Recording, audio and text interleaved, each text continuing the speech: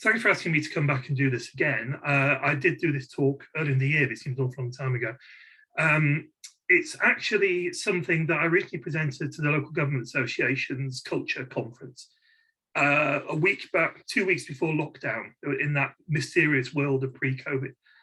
And because it effectively, what I'm going to talk to you about is something we've done jointly in Cambridge with urban and civic developers specifically, but we're also working similarly with Homes England, and we've had discussion with others like Countryside. And it's about using the heritage of a major development area for the benefit of for informing the progress of that development. So this is a combined presentation originally with myself and Urban and Civic. This is, for those of you who don't know me, I'm the chair of Algeo England, and I work for Cambridgeshire County Council. Now, this is very much a Cambridgeshire County Council experience I'm talking about today. So, firstly, that's my contact details. As Amanda said, I'm the head of service for historic and natural environment.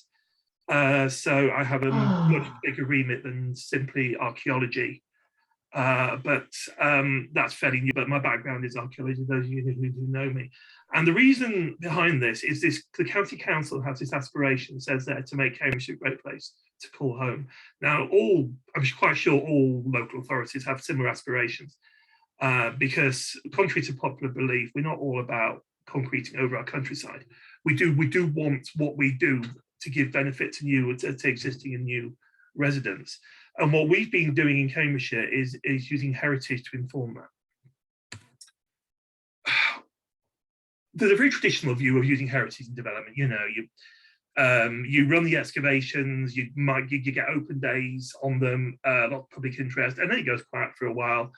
And then afterwards, you start to see things trickling through. The good old interpretation board here. I like these. We're in the process of putting up another 34 in the next 6 months, and they're really, really good at just passing on very basic information, but it's pretty reactive way of doing things. It's, you know, because you're basically, it's often, so this one went in 8 years after the excavations, so it's sometimes difficult to make that connection during the growth of a development. You can do other clever thing. Your public art is a good one if you can tap into it. This is actually the same site as those interpretation boards, where we use tactile reconstructions of the Iron Age of the landscape in the roughly 2nd century AD. So you're showing a former hill fort and a villa alongside a Roman road, overlaying with the modern street plan. Again, it takes time to do. So what we need to do is be more engaging with developers in how they do things, in how things are done. And we're pretty okay in Cambridgeshire at this. Just to say, this is a Cambridgeshire experience. We do have quite a large team in Cambridgeshire. And sorry, I just need to pull something up. So it is, well, there are 10 of us at the moment, and we cover all the major aspects of the people that expect a local authority service to do. So the development management stuff linked to the NPPF, county will maintain the county HGR. We are pretty rare amongst local authority services in that we are the receiving repository for archives here. And the public engagement, education, monument management, all these are the kind of things you expect to do. And again, it's about getting those in with the developers at an early stage. We have to remember that archaeology is part of a bigger picture. It's part of the economy. And this is lifted from the work that Algeo commissioned in 2018, which we should probably do an update of. And effectively, what we did in this is, a lot of people say you can't do archaeology in development because it's too expensive. A lot of people hear this, we hear this. You can't do outreach because it's too expensive. You can't do engagement, it's too expensive. So the Algeo work that we did effectively tried to minimise that, to show that, say, archaeology on average is 0.2% of construction spending. This is based on data available in 2018, it might have changed. And also that's a national figure.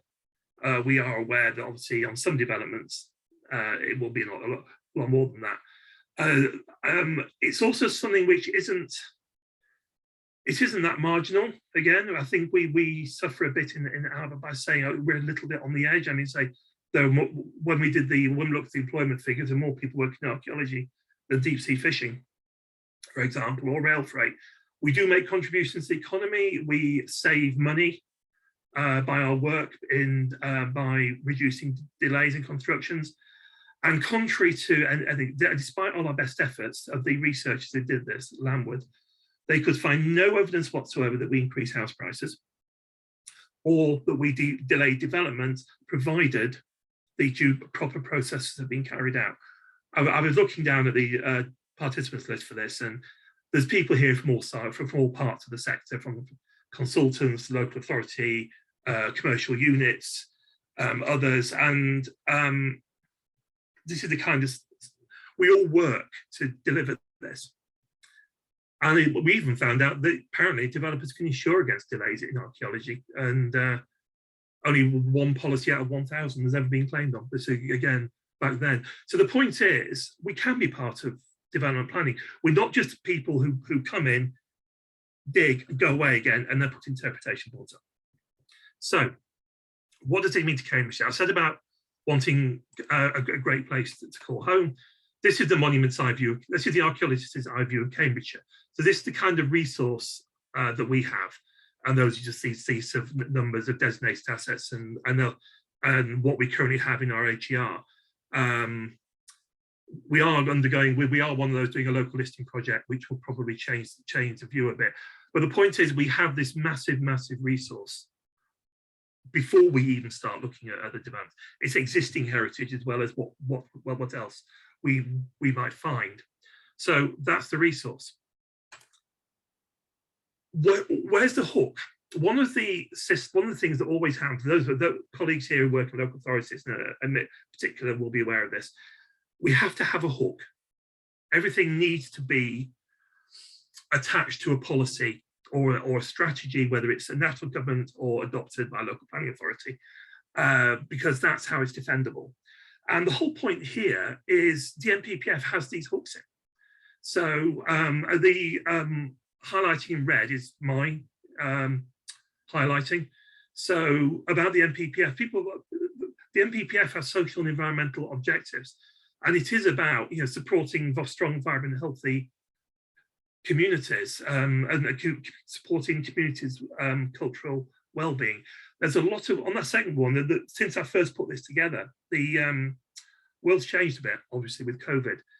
And there's a lot of work now at trying to understand the links between heritage capital and natural capital, and about uses of public spaces. I've had people say to me they've learned more about their local heritage in the last 18 months than they ever thought possible, because they've been out walking. And they found sites, they found the interpretation board we installed 10 years ago in a hedge. And they've learned so much more, and they appreciate their area more. And then, of course, contributing to protecting and enhancing our historic environment. We don't just dig it up and put it in the boxes, we tell people about it. Right, Cambridgeshire. Oh, I should probably change that because our local plan numbers have changed. Right, this is Cambridgeshire is one of the big, fastest growing areas in the country and one of the most pressed in terms of development. And this is, as it said, so in the last decade, we were the fastest growing city in England, and that growth is accelerating. Greater Cambridge, by the way, is Cambridge City and surrounding South Cambridgeshire.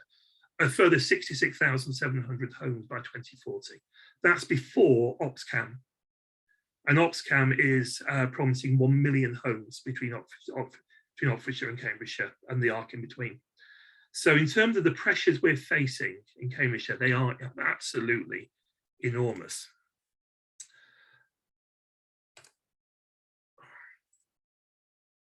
That's Greater Cambridgeshire. And all the areas around there are major growth sites, major housing sites. So you can see that, I mean, I don't know how much detail you can see on your screens, but that's 1, 2, 3, 4, 5, 6, 7, 8, 9, 10, 11, 12 developments of a minimum 1,500, ranging between 1,500 and 9,000 homes each. So 9,500 homes each, and growth of major developments and growth of employment sites.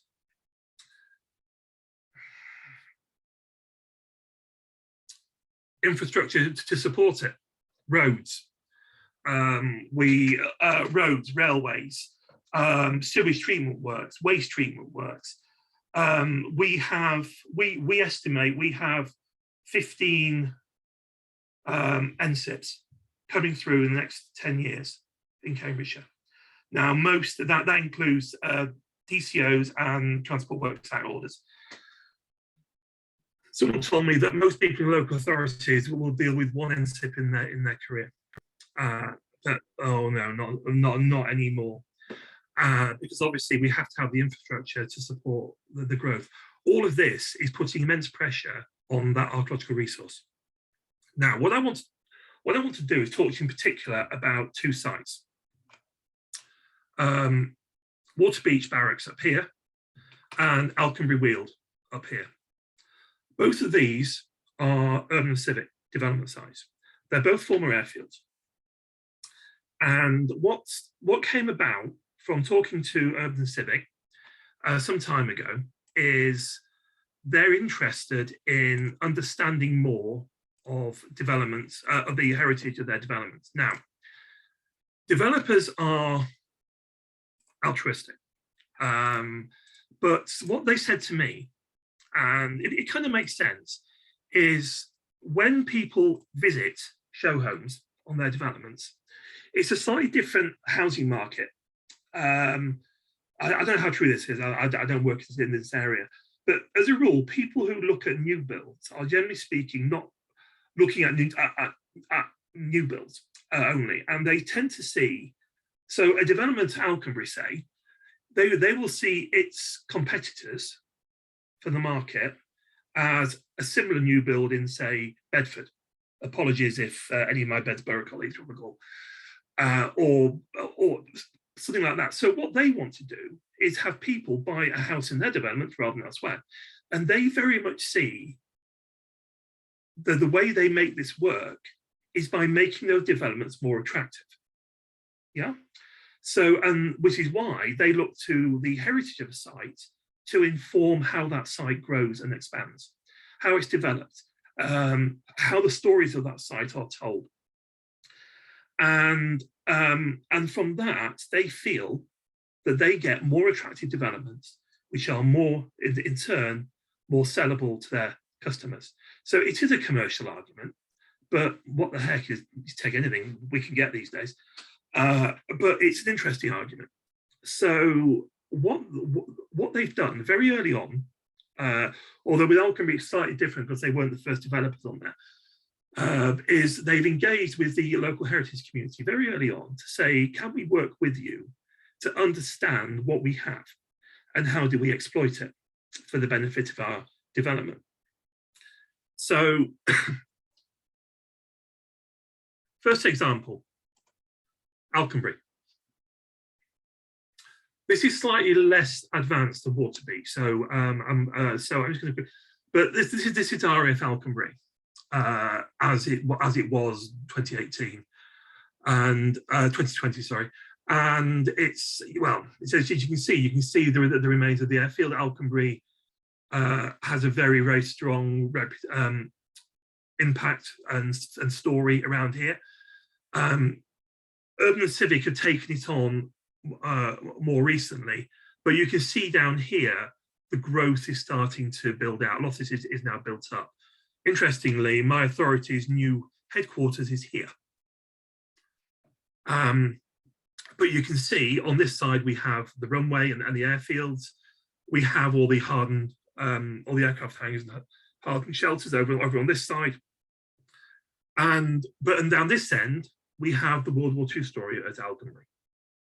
We have the old aircraft watch, the old World War II watchtower, which is now being converted into a coffee shop and bistro. And apparently it's extremely popular with those members of staff we are working in our new building. They're also working to create a heritage quarter here. There are several listed buildings over on this end, and the intention is to use this as a very specific area to preserve some of the structures of the airfield. All well and good, that's all pretty standard so far. But with this one, they want to know more. Now, the approach we take is we create heritage stakeholder groups. And we have 3 up and running in Cambridge at the moment, which this is one. And all of them are chaired by the county council, by me, if I'm honest. Because, 1, it was our idea, and 2, we're a neutral party. We're not the planning authority. We're not the developer. We're not the local parish council. We are deemed to be the neutral party. And also we have the biggest demand from Section 106. So it means we can influence funding applications for this kind of work. The stakeholder group for this airfield consists of, apart from ourselves and the developers, the local planning authority conservation officers, local planning and their public health officers, the airfield research group, because obviously RAF Alconbury is one of the most significant Cold War airfields. It consists of the local parish council, Historic England, and CPRE. And what we're doing is we're compiling evidence of what we're calling and also the archaeological contractors working on the site for Urban Civic, which is Oxford Archaeology East, who are UNC's preferred contractors. And what we're doing is we're identifying where in this development what we're calling heritage hotspots exist. So, for example, where there are preserved remains of the World War II runways, where the archaeological sites are being found during the excavations. There's a scheduled monument. It's not actually on this picture. No, isn't it? Yeah, where is it? It's not on this picture. It's just off of a double moat. There's the heritage structures here. And there's also very much the intangible heritage around Alconbury, varying from veterans records, airfield monuments. There was a disaster here when a B-17 blew up while it was being bombed, while it was taken a bomb load, killed 20 people. These are monuments. These are the memories of that, and also the Cold War side. This was the airfield that the cruise missiles were brought in and out of England from. This is the area place where the Alconbury 9 broke in and caused a massive stink. And it's where the spy plane flew from. And I've been in Cambridgeshire long enough to know this used to be the only place in Cambridgeshire you go 10-pin bowling, because the Americans here had a bowling alley before anyone else did. And they would allow you in, provided the alert status was low enough, you had US dollars. In the 60s and 70s, apparently, they also used to issue invitations to the young ladies in the local market town to come to dances on the base. So a lot of people have memories of that. So there's very much a strong social history as well. And all of that is feeding into the creation, the understanding of the heritage. And what it will feed into is how we use that heritage to understand what happens on the base. It's everything from street naming through to street layouts. Just so you can see, Alconbury has had various phases of activity, and so from its World War II configuration through to about, I think that's the 80s, and then Cold War. Now, Waterbeach. Waterbeach is slightly different because, right, Waterbeach is another airfield, another urban civic site, and it is in effect a blank canvas. Alconbury started, the development of Alconbury started 20 years ago in the planning. So in many ways, we've missed some of the hooks of the current planning system. Waterbeach is a different kettle of fish because it is a brand new development. Now, with this one, we'd already established with Urban Civic this principle of having heritage stakeholder groups heritage strategies. But with here, we had a chance to bring it in at the very, very beginning. Again, we have a heritage stakeholder group. Oh, sorry, I've lost track of my place. So this is just the application from of how this came about.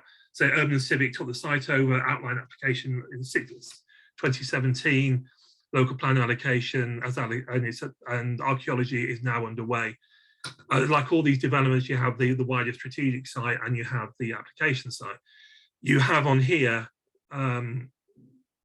this is associated with an existing village, and the village of Waterbeach, and is again a major component of the county's growth ambitions.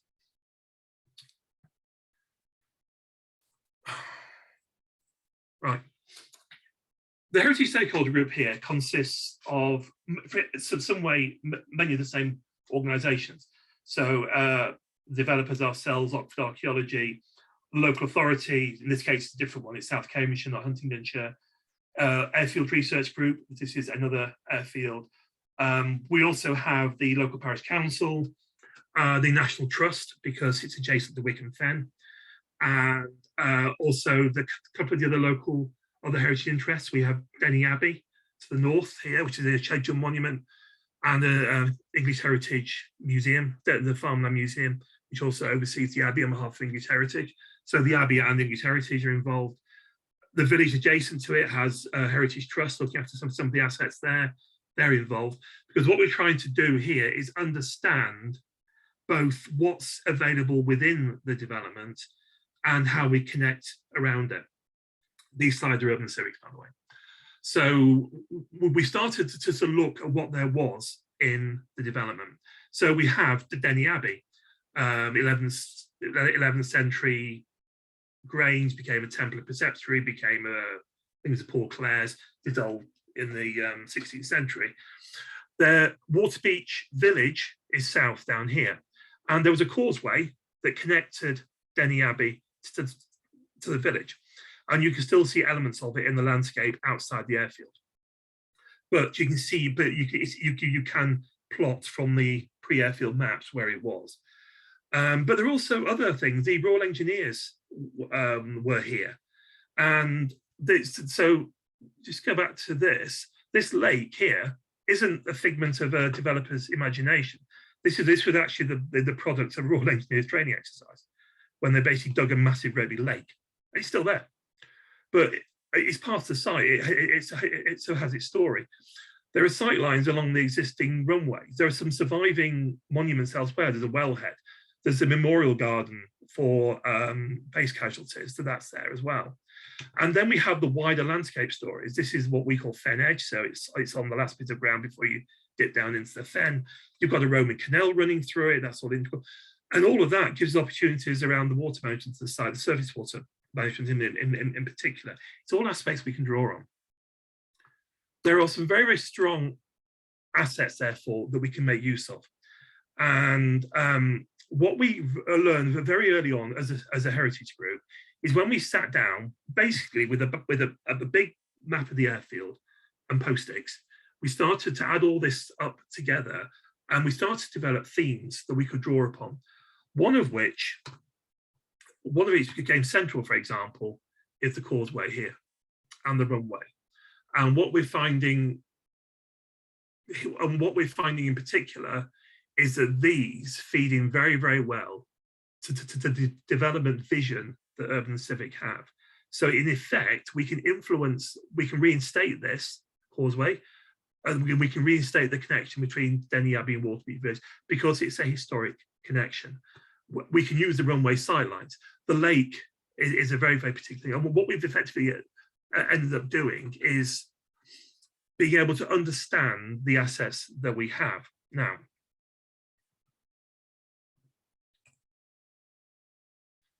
We can't forget the military history. There is an airfield museum, which is still there and actively supported by Urban and Civic. It has, like all these old airfields, it has veterans groups, the memorials, etc., etc. But we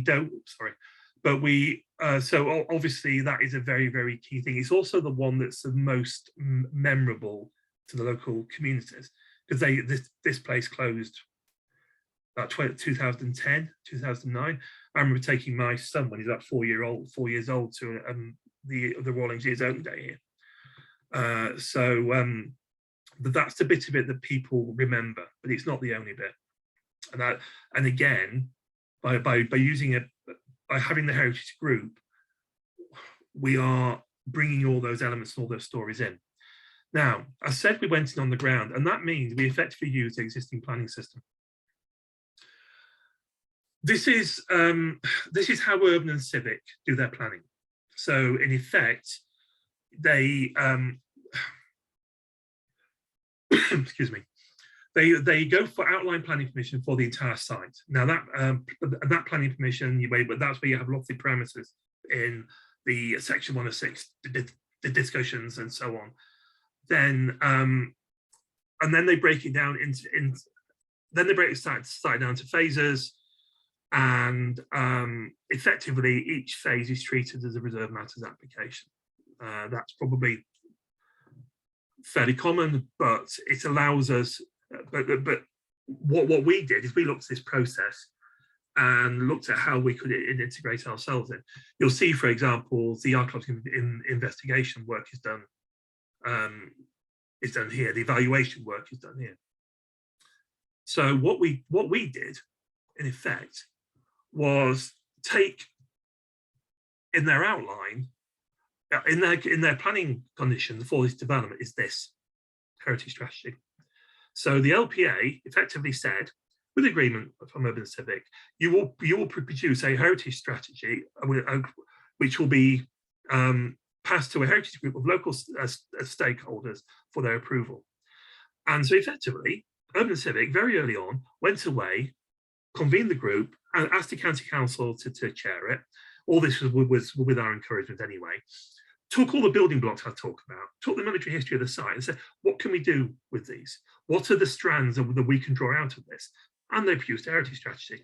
That was submitted to the heritage group for approval. It draws on all this. We approved it. It passed the local planning authority who accepted it. And that document allows us to underpin everything else. So as we move through the reserved matters applications side of things, we already have this heritage principle embedded. It means we're not playing catch up, which certainly we found we so often are. Now, the basic elements of the strategy for this site fall into several areas. So that firstly, what needs to be protected? So Denny Abbey is here. There needs to be a buffer zone between Denny Abbey and the areas. But at the same time, we want to improve access to it, because we want Denny Abbey to be a destination for the residents of this new community. It's a fascinating site. So to what extent can Denny benefit? So hence the idea of reusing the causeway, the memorial garden, the museum, other things like the wellhead, which is by the causeway anyway, Soldiers Hill, we still don't know why it's called Soldiers Hill, but in effect, and also the existing plantations that were put in by the engineers, try and make them a bit more natural, a bit less regimented. So those are the assets which the strategy protects. But then it's all about, well, what we enhance. And this is to me, this is the exciting bit, because this is what we can try and bring in. The causeway is key to this. The causeway effectively links, as I said at the beginning, it links the Abbey to the new existing village, and it drives straight through these new development. So in effect, it's going to become the spine of it, and will do what it did when it was first constructed hundreds of years ago. It will be the north-south main route. It allows us to look for the heritage strategies driving the public art and wayfinding. We're looking at how we can promote the different archaeological aspects and a particular site. We found, so there's the Roman canal, Cardyke, runs here, along here. The Roman road, Mere Way, runs along here. So, and there's a lot of Roman settlement excavated here. The public art, these strategies said we will use that as a theme in the public art in that area. Effectively, it means that we can be thematic in how we present the site based on the features that were there. It underpins, it requires the long-term development of activities, varying from archaeology open day through to other community events. Also, not forgetting the military aspects of it, the 514 Squadron annual reunion. And also, it commits to putting heritage aspects in the community buildings. It promotes a museum. It builds the link through to the surrounding areas, to the Heritage Trust in the village to the west, to Wickham Fen to the north and east. It's all there and it's all enshrined. So effectively, there's no way of not. There's no way of it's because the commitment is there at this stage. We can do it. Now, the question is going to be, oh yeah, this is just some of the ideas, things that have already been done on this site. This is not a dead development site. Interestingly, they converted one of the old accommodation blocks to be accommodation for the local teaching hospital. So again, there's an awful lot going on here, and the kind of stuff that we can do. That this is urban cities examples of what they've done elsewhere. And this is just the impression of what they think it will, what their phase 1 development will look like. Now, the question is that why is this important? And why is it important now in particular? Now, for those of you who saw the planning white paper that came out last year, talked very, very much about design codes and about environmental improvements in neighbourhoods. Now, I know the world has moved on since that, and we're waiting to see what the new Secretary of State, Michael Gove, makes, and DLUC, as it's now called, make of the plans of Robert Jenrick and MHCLG. And we do wait with bated breath. But the point is, we did this, which is effectively, it was with, I spoke to MHCLG planners about this last year, and they were very excited about it because they could see it was the kind of thing they were talking about in the planning reforms. But the point is, we did this using the existing planning system. The hooks are already there. The slight difference is you kind of need a cooperative developer, one who sees the benefits of it. But to be frank, a cooperative developer will, if a developer sees the advantages in this, which Urban Civic have done and Homes England have done, for example, then it's a much easier push. But those existing hooks are already there. They say that they need the developer and the planning authorities to engage. And we found, in effect, that we've had existing major growth development in Cambridgeshire, which has often been criticised for not being able to create place, not being able to create communities. And there's all this talk about, you know, how do you design place and community development, and which is difficult. But what we're saying here is we will use heritage to help that. We will make heritage to make these developments more interesting for residents and to tell the stories of the land and to build connections with the surrounding communities. The connections to what was there before is interesting. My colleagues who work in community development tell me that there are often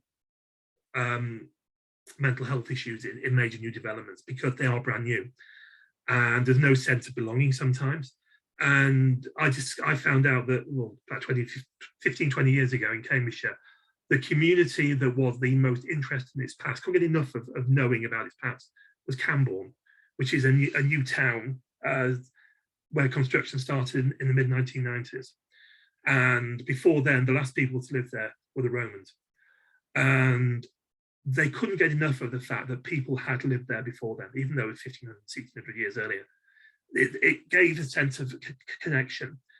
And that's extremely important in these new towns, because it comes back to what I said at the beginning, we want Cambridgeshire to be a great place for people to live and work, and building these communities and using all environmental aspects, all heritage aspects to do so is part of what we as local authority specialists should, in my view, be doing. But we can already do it.